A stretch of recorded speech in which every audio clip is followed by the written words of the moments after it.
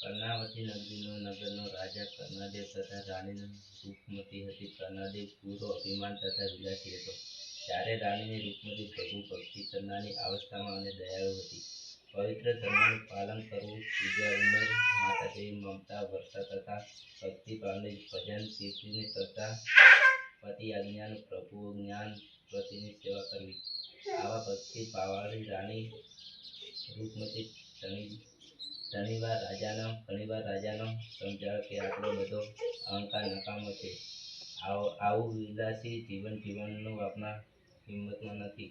માટે પ્રભુ ભક્તિ અને પ્રજા કલ્યાણ કાર્યો કરવાથી ભક્તો રાજી રહે છે. આપને શું સલાહ આપી ના શકું દેવ, પરંતુ વિનંતી કરું છું, આપ સમજાવો, એમાં આપણું સૌ કલ્યાણ છે.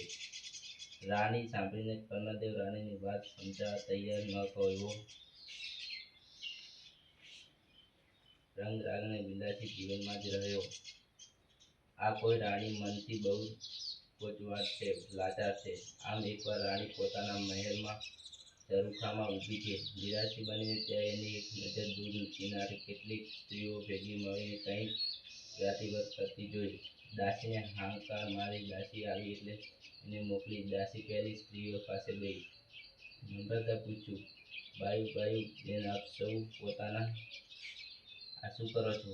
મને જણાવો, કે કરીને મારા રાણી સાહેબની બહુ જાણ કરું. વ્રત કરતી સ્ત્રીઓની એક જણે દાસીને કહ્યું, બહેન, અમે આ દશામાનું વ્રત કરીને છીએ. આમ કહીને વ્રત વિધિ કહી, પરંતુ ઉજવણી કેમ કરશું કોઈ તે બતાવ્યું.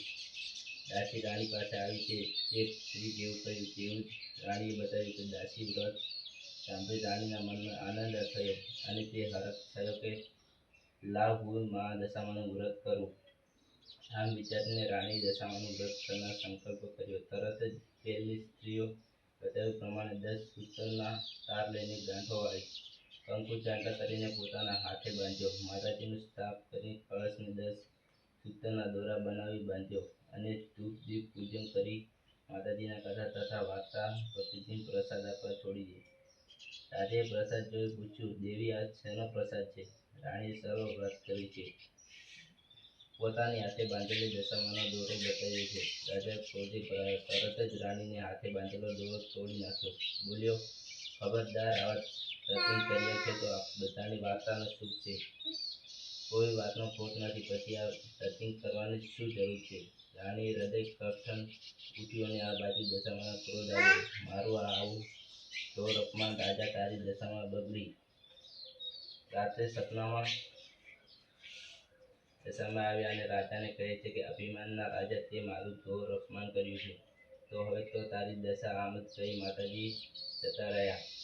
રાજા ઝબકીને જાગી ગયો છે. ત્યારે તો પોતાના સેનાપતિ આવીને સમાચાર આપે છે કે રાજા બાજુના રાજ્યોના રાજા લાવા લશ્કર સાથે ચડી આવ્યો છે અને આપણે એનો મુકાબલો કરી શકીએ તેમ નથી.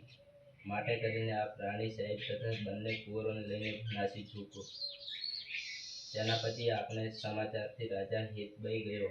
પોતે અશક્ય સામનો કરી શકે તેમ નથી. વિચાર રાજા રાણી અને બંને કુંવરોને લઈને પૂછાત રસ્તે નાસી છૂટ્યો. પાછો વળી જોતો નથી, બસ ભાગતો જ જાય. આપણે ઘણે દૂરથી નીકળી ગયા. કુંવર તરસ્યા થયા. રાણી થાકી ગઈ છે, પોતે થાક્યો, ભૂખ્યો અને તરસ લાગવાથી અકાળ્યો છે. એક ઝાડ નીચે આવીને બેઠા. રાણી કહે છે કે જોયું, દશામાનું વ્રત નહીં કરવા દેવું તો અને દોરો તોડી દશામાનું અપમાન કરવાનું ફળ મા દશામાં રૂપ્યો અને રાજા પડતા તરત જ ગયું છે. તે હવે આ શું? થોડીવાર વિરાસો કરીને આગળ વધ્યા. સુંદર મજાની લીલીછમ વાડી જોઈને રાજા રાણીને કુંવરોને લઈ વાડીમાં આવે છે. પણ આ શું? જેવા આ વાડીમાં પ્રવેશ કર્યો, વાડી આખી જ શરમાઈ ગઈ. માળીને થયું કે નક્કી કોઈ આ અકર્મી વાડીમાં આવ્યો લાગે છે. જોયું તો રાજા રાણીએ કુંવરો અને હેતભાઈ ગયા. માળીએ હડફૂટ કરીને બધાને તળેલી મૂક્યા. આમ આગળ વધે છે. રસ્તામાં વાવ આવી. રાણીએ કહ્યું, રાજન, કુંવરોને તરસ લાગી છે. આપણે પણ લાગી શકે. મારું કળિયું સુકાઈ ગયું છે. એટલે રાજા કુંવરને વાવમાં મોકલે છે અને કહે છે કે પહેલા તમે 2 કુંવરો પાણી પાવો. કુંવરો વાવમાં ઉતરે છે. પણ આ શું? રાણીએ જોયું તો બે કુંવરો વાવમાં નથી. આ જોઈ રાણીને કપાળ ફૂટ્યું અને કંપાત કરવા લાગી કે રાજાની આંખોમાંથી આંસુ આવી ગયા. રાણી આપની દશા કરી એ દશામાંનો રૂપિયો છે, એનું પરિણામ છે. હવે તો માતાનો ક્રોધ ભોગવવો જ પડશે. આમ કહીને રાણીએ રાજા ભાગ વધે છે. જતા રસ્તામાં પોતાનું બહેનનું ગામ આવે છે. રાજા કહે છે કે જુઓ, તમારા આનંદ રાજ્ય આવ્યું. બહેનનો સંદેશ મોકલાયો છે. તારા ગામની બહાર અમે ખાતા માર્યા ભૂખ્યા તરસ્યા બેઠા છીએ. સમાચાર મળતા જ બહેન એક સોનાનો કડામાં સુખડી ભરી મોકલી. સાથે આપીને ચારી મોકલવાથી આ જોઈ રાજા કહે, જોયું બેન, જમવાનું અને પાણી પણ મોકલાવજો. આમ જ્યાં જોયું ત્યાં કડામાં તો અંદર ભોજનને બદલે કોરીને દેખાવ્યો. સોનાનો કડો માટીનો થઈ ગયો અને રાજા સમજી ગયા કે બહેન આવું કરે નહીં, નક્કી દશામાંનો રૂપિયો છે. એટલે જ મારે કહ્યું કે કડોને પાણીની ચારી જમીનના દારી. રાજા રાણી ભૂખ્યા તરસ્યા આગળ વધે છે. એવામાં એક ચીથડાની વાડી આવે છે અને રાણી વાળીને કરે છે કે ભાઈ, ભૂખ્યા તરસ્યા છીએ, કંઈક દયા કરો. વાડીવાળાએ દયા આવી કે ચીકડું આપ્યું. રાણીએ ચીકડું પોતાનું સાડીના છેડે બાંધ્યું. આગળ જઈને ખાય એમ વિચારીને બંને આગળ વધે છે. પાછળ મારુતિ ઘોડે સૈનિક આવ્યા અને બેયને ઊભા રાખીને તપાસ કરે છે. સાડીના છેડે કાંઈક માથા જેવું દેખાયું હતું. ખોલીને જોયું તો પોતાના ખોયેલા રાજકુમારનું માથું બંનેના દોરડાથી બાંધીને રાજા પાસે આવ્યા. પોતાના પુત્રનું લોહીનું લગથગ કપાયેલું માથું જોઈ બંનેને કાળ કોટડીઓમાં પૂરી દીધા. જેલમાં બેઠા બેઠા બે રાજાએ રાણી વિચાર્યું કે નક્કી આજે કાંઈક બન્યું છે. દશામાના આ અપમાનનું જ ફળ છે. રાણી નમ્રતાપૂર્વક રાજાને કહે છે કે મહારાજ, આપના ઉપર દશામાનો ક્રોધ છે અને તેથી આ દુઃખ આવી પડ્યા છે. માટે આપ રાજાને આપો કે હું ફરીથી માતા દશામાનું વ્રત કરનાર સંકલ્પ રહું. રાજા કહે કે દેવી, તમે એકલા જ નહીં, આપણે બંને આ દશામાનું વ્રત કરીશું. રાજાની વાત સાંભળીને રાણી આનંદ થયો અને પછી રાજા અને રાણી દશામાનું વ્રત કરનાર સંકલ્પ કર્યો અને ક્ષમતા માગતા રાજાએ પ્રાર્થના કહી, હે મા, મેં અસલ તમારા વ્રતનો દોરો તોડીને તમારું અપમાન કર્યું છે. ક્ષમા કરો મા, ક્ષમા કરો. આજે હું, તમે, મારી રાણી અને બે આપનું વ્રત કરીશું. દશામા નામનું રતન સપના કરતા બંને સૂઈ ગયા. આ બાજુ પેલા રાજાને દશામાનું વ્રત ન આવી કહ્યું કે રાજન, તે પકડેલા આ બે પતિ પત્ની બંને નિર્દોષ છે. તારા કુંવર અને મોસાળે ચાલ્યો ગયો છે, માટે બંનેને છોડી મૂકીએ.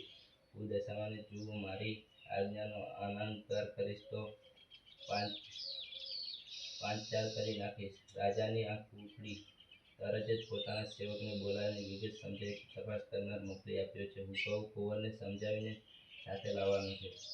સવાર થતાં જ પહેલા તો કુંવરને સમજાવીને એના મોસાળામાંથી સમજાવીને સાથે લઈ આવ્યો.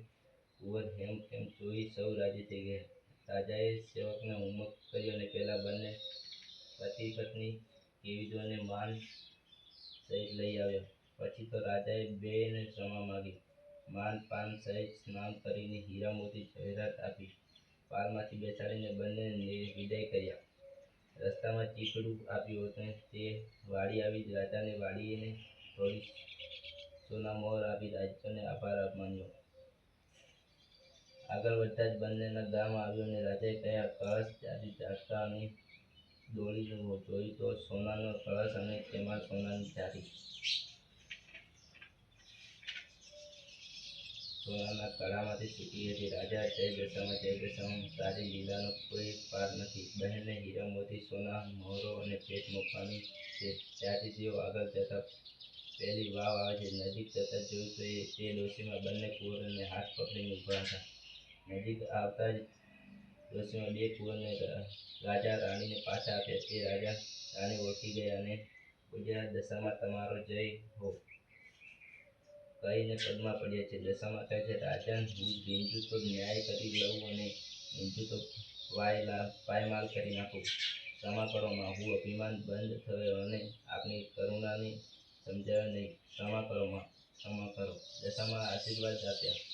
કર્ણાવતી જીતી લીધું હતું. એ રાજ્યનો દશામાને સપનામાં કહ્યું કે હે રાજા, તારી ઈચ્છા જે તારી જીત થઈ છે, પરંતુ તે કર્ણદેવ આપશે એની તમે જાણ વાજતે ગાજતે સૌમય કરજે. માન સહિત તેનું રાજ્ય પાછું આપશે. આ તરફ કર્ણદેવ અને રાણી કુંવરો સાથે આગળ વધે છે. પહેલી વાડી આવે છે. રાજાએ પગલા પડતા જ વાડી લીલીછમ થઈ જાય છે. વાડીઓનું ખુશ થઈ જાય છે અને કર્ણદેવ થોડી સોનાની મોહરને બક્ષિસમાં આપે છે. તે આગળ વધે છે. પોતાનું રાજ્ય આવતા જ સામેથી લશ્કર આવતું દેખાતું નજીક આવતા જ પેલી રાજા કંઠી ઉતરી કર્ણદેવ પેઠી પડે છે. રાજ્યનું પાછું આપે છે. મા દશામાની કૃપાથી રાજ્યનો સર્વ વાતે આનંદ મંગળ થયો અને સંકલ્પ પ્રમાણે બે નાના વાતો કરે છે. આમ પોતાના સંકલ્પ પૂર્ણ કરે છે. હે મા દશામાં જેવા રાજાને આ રાણીઓ ફળના એવા સૌ આ લખના વાંચના વ્રત કરનારને સાંભળવા સૌને ફળજો. જય દશામાં, જય દશામાં.